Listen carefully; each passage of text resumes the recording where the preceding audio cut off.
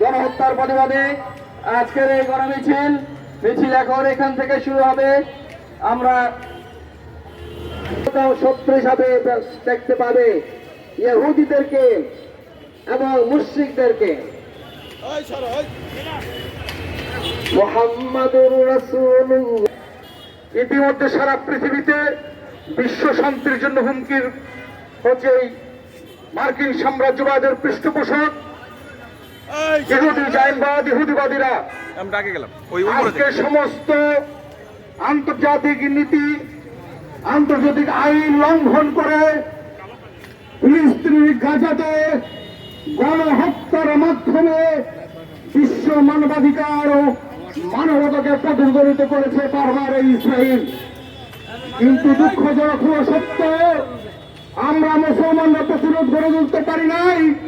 মার্কিন সাম্রাজ্যবাদের দালালি করতে করতে আমরা এতটাই নতজন হয়ে গেছি, শুধুমাত্র ক্ষমতা টিকে থাকার জন্য এবং ক্ষমতায় যাওয়ার জন্য লড়াইয়ে ব্যস্ত হয়েছি।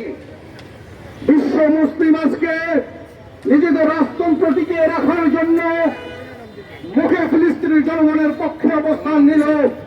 কার্যত বিশ্ব মুসলিমের বৃহৎ রাষ্ট্রগুলো ফিলিস্তিনের পক্ষে শক্তিশালী কোন অবস্থান গ্রহণ করতে পারে নাই। ওআইসি নামক যে প্রতিষ্ঠান মুসলমানদের স্বার্থ রক্ষা করার কথা, দুঃখজনক হলো সত্য, সেই ওআইসি মাজার সোজা করে, কোমর সোজা করে দাঁড়াতে পারে নাই।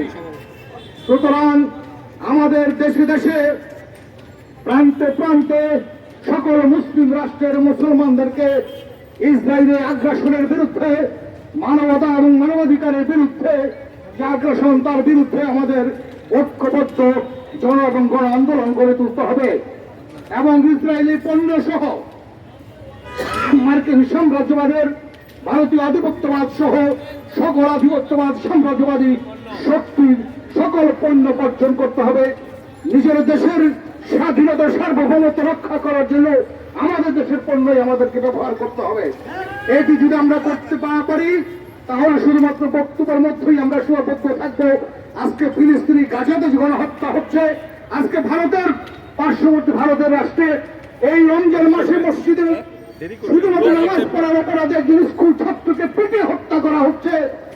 এই যে অমানবিক আগ্রাসন চলছে মুসলমানদের উপর, এর বিরুদ্ধে আমাদের লড়াই এবং সংগ্রামে অবতীর্ণ হতে হবে। বাংলাদেশ মুসলিম সমাজকে ধন্যবাদ জানাই এমন একটি প্রেক্ষাপটে এই অনুষ্ঠানে আয়োজন করার জন্য। আপনাদের সকলকে ধন্যবাদ জানিয়ে বিজয়ের পথে যাত্রা শুরু। জীবন অথবা মৃত্যু, বিশ্ব মুসলিম দেখাও, লড়াই করো, ইহুদিবাদের কবর রচনা করো।